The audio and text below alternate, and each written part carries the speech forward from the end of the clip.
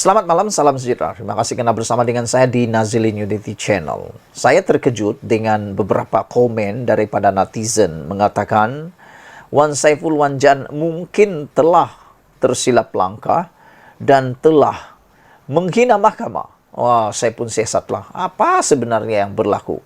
Rupa-rupanya netizen merujuk kepada komen Wan Saiful Wanjan yang mana memberi komen berkaitan dengan usul 4 kerusi DUN Pulau Pinang yang telah dikosongkan, diluluskan kosong oleh Dewan Undangan Negeri Pulau Pinang dengan mengatakan, Wan Saiful menyatakan bahwa ianya merupakan titik hitam dalam sejarah Pulau Pinang. Dia kata ini titik hitam dalam sejarah Pulau Pinang. Tetapi netizen kata itu bukan titik hitam, tetapi itu titik putih di dalam demokrasi Malaysia. Namun mereka kata sebenarnya yang menjadi hitam adalah bukan Pulau Pinang tetapi hidup dan masa depan politik Wan Saiful Wanjan, kata mereka.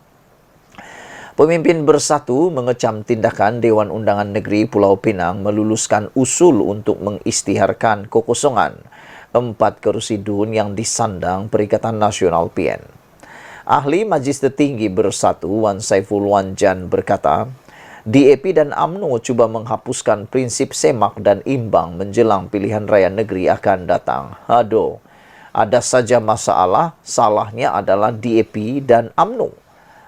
Jarang sekali menyalahkan diri sendiri. Tapi kenapa pula lompat parti kan? Dah tahu ada akta lompat parti, cuba juga untuk lompat parti. Jadi itu salah siapa? Salah lompat parti itu salah DAP dan UMNO ke? Salah mereka ke? Sedangkan seperti yang kita tahu, kelulusan ini, kelulusan usul 4 kerusi dikosongkan ini telah pun disokong majoriti di Dewan Undangan Negeri Pulau Pinang hari ini. Jadi itu salah siapa? DAP dan UMNO juga. Menurut tindakan tersebut yang menyebabkan pembangkang hanya memiliki 1 kerusi DUN adalah tidak selaras dengan semangat undang-undang anti lompat parti, kata beliau. Ini bagi saya adalah satu titik hitam dalam sejarah negeri Pulau Pinang yang mana kerajaan DAP dan UMNO menghapuskan sebarang kemungkinan untuk adanya semak dan imbang agar mereka boleh melakukan apa sahaja termasuk dalam menghadapi PRN, kata Wan Saiful Wanjan.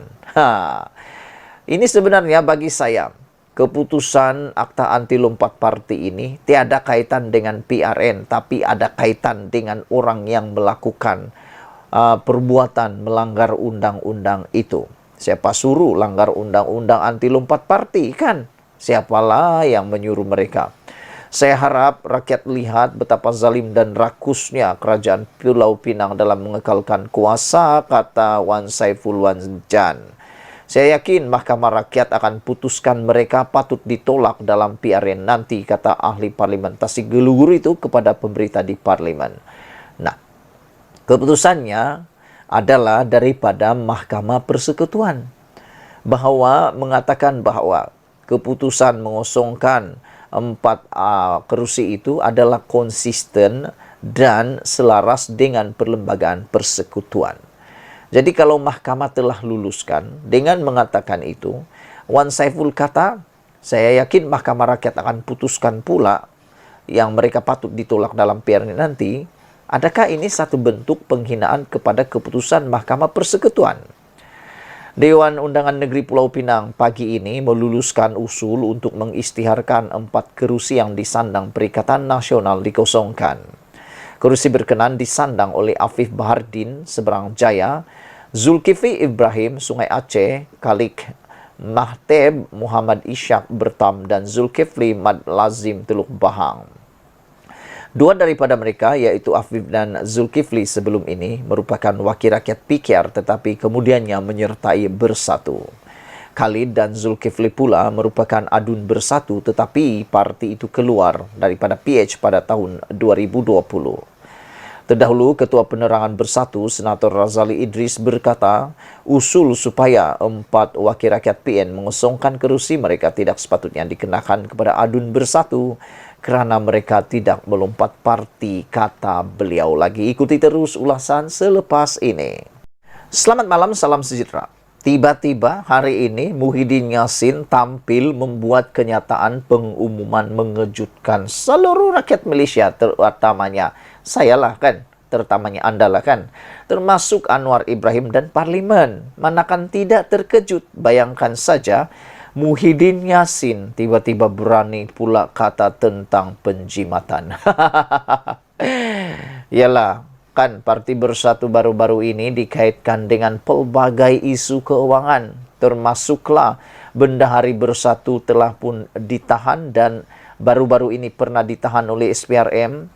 Wan Saiful Wan Jan telah pun didakwa di mahkamah. Seorang pemimpin lagi daripada Bersatu juga telah didakwa di mahkamah. Dan yang mengejutkan adalah dua akaun Parti Bersatu juga telah pun dibekukan oleh SPRM. Tiba-tiba pula Muhyiddin kata hari ini dia mau cuba-cuba menyekolahkan pula Anwar Ibrahim. Ini memang lucu. Anwar Ibrahim, Muhyiddin kata malam ini, kerajaan patut boleh jimat RM1 bilion untuk mangsa banjir. Ini yang menghairankan lah. Betul-betul aku hairan lah. Saya hairan lah. Apa pasal tiba-tiba pula mau jimat 1 bilion untuk mangsa banjir pula? Ini kenyataan Muhyiddin Yassin. Kata Muhyiddin Yassin, kerajaan mampu menyelamatkan dana sebanyak RM1 bilion daripada wang yang diperuntukkan untuk penambahan RM500 ke dalam akaun pencarum wang simpanan pekerja, kata Muhyiddin Yassin. Peruntukan itu sebaliknya boleh digunakan untuk menyelamatkan mangsa-mangsa banjir, katanya dalam ucapan perbahasan Belanjawan 2023. Sebenarnya pencarum tak mohon suntikan RM1 bilion ini, tapi mereka hanya mohon untuk KWSP mereka dibenarkan untuk dikeluarkan secara bersasar, kata Muhyiddin. Sebenarnya, isu KWSP ini memang sangat popular untuk Muhyiddin. Kenapa? Sebab dia pernah menggunakan isu KWSP ini di dalam memenangkan jiwa-jiwa, memenangkan undian kepada beliau. Namun, baru-baru ini Anwar Ibrahim telah pun menyatakan bahawa bukan kerajaan tidak mahu keluarkan KWSP, tetapi Anwar Ibrahim mengingatkan kepada semua rakyat Malaysia bahawa pada waktu kita tua nanti, kita perlu simpanan, kata Anwar Ibrahim.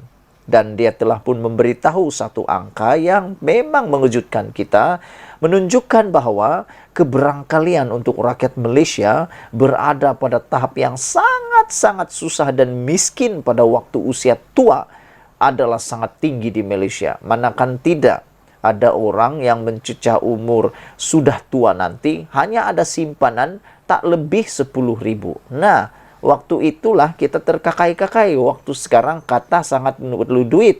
Tapi, tak tahulah, ramai orang kata wang itu tidak digunakan pun di tempat yang tepat dan betul.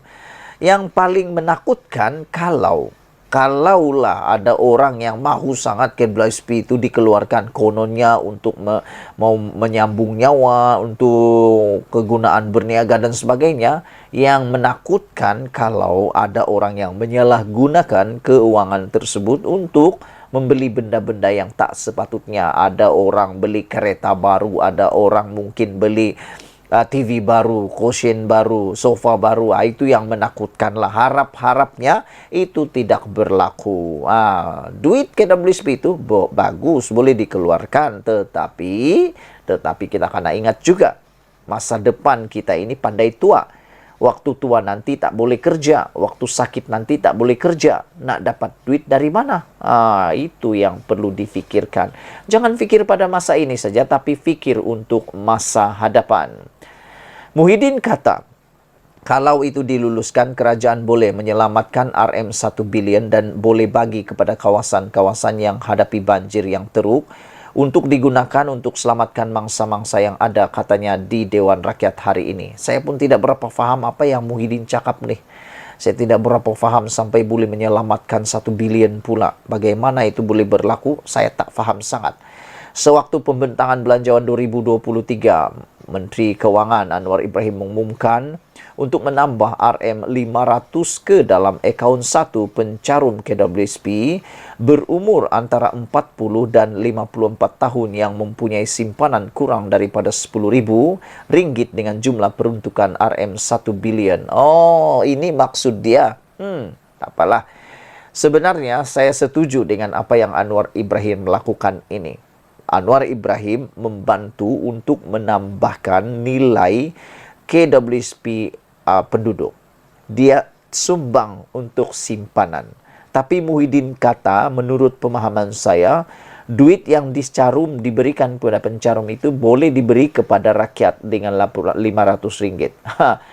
Jadi saya tak setujulah dengan pendapat Muhyiddin ini, kerana kan ada sudah bantuan untuk mangsa banjir. Kan kita sudah tahu Anwar Ibrahim akan memperuntukkan bantuan mangsa banjir, dan kerajaan juga telah memberi seperti sebelum ini. RM500 itu lebih baik masuk dalam KWSP, kerana memang ada sudah bantuan khas untuk mangsa banjir. Selain daripada itu, Muhyiddin turut mengkritik kandungan belanjawan dan membandingkannya dengan Manifesto Pakatan Harapan dan BN dalam pilihan raya umum lalu. Antaranya, dia berkata dalam Manifesto PH, terdapat janji untuk dana peruntukan kawasan sama rata kepada semua wakil rakyat. Selain itu, katanya terdapat komitmen untuk menghapuskan kartel dalam sektor makanan dan keperluan asas bagi membasmi kegiatan, mengaut keuntungan melampau dan janji bagi menambahkan peruntukan program sarapan percuma, kata beliau. Bercakap tentang peruntukan kawasan sama rata, baru-baru ini telah pun ditanya dengan hebat. Disekolahkan juga Perikatan Nasional ini apabila Kerajaan Perikatan Nasional di Kedah turut ditanya, bagaimana dengan di Kedah, isu di Kedah tentang peruntukan keuangan yang sama rata ini. Di Kedah, kata pendedahan itu, mungkin mengalami benda yang sama, kata beliau. Jadi, soalan saya, adakah Perikatan Nasional kalau jadi kerajaan akan memperuntukkan sebenar-benarnya peruntukan sama rata? Itu pun menjadi persoalan kita. Kata Muhyiddin lagi, dalam pembentangan keuangan, semua tak disentuh dalam ucapan pembentangan Anwar Ibrahim. Ketika membentangkan perkara tersebut, Sim Zen PH Bayan Baru berdiri untuk mencelah, tetapi Presiden Bersatu itu tidak mengizinkannya kerana ingin bergegas pulang ke kawasannya. Muhyiddin kemudian menyambung dengan mempersoalkan ketiadaan janji Manifesto BN sebagai parti gabungan dalam kerajaan. Antara perkara itu, katanya janji untuk mengkreditkan secara otomatik setiap bulan dalam akaun isi rumah yang mempunyai pendapatan kurang daripada RM2,208. Saya nak tanya, beranikah Yang Amat Berhormat Tambun mengakui bahawa janji-janji Manifesto PH sekadar retorik sahaja, kata Muhyiddin. Sementara itu, dia juga menyifatkan pembentangan belanjawan kali ini tidak komprehensif dan gagal menyentuh masalah sebenar rakyat, terutamanya isu kos sara hidup, jaminan masa depan ekonomi dan kebajikan mereka. Bagaimana rakyat hendak berdepan dengan situasi perbelanjaan berganda menjelang pembukaan semula sekolah, ketibaan bulan puasa dan persediaan menghadapi Aidilfitri yang semakin hampir, kata Muhyiddin.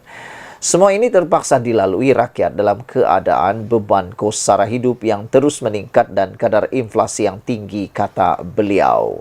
Sekian dulu untuk kali ini. Jangan lupa tinggalkan komen anda tentang pendedahan Muhyiddin Yassin yang agak melucukan tetapi mungkin menarik perhatian anda. Muhyiddin kata, kerajaan patut boleh jimat RM1 bilion untuk mangsa banjir. Kita jumpa lagi. Bye-bye.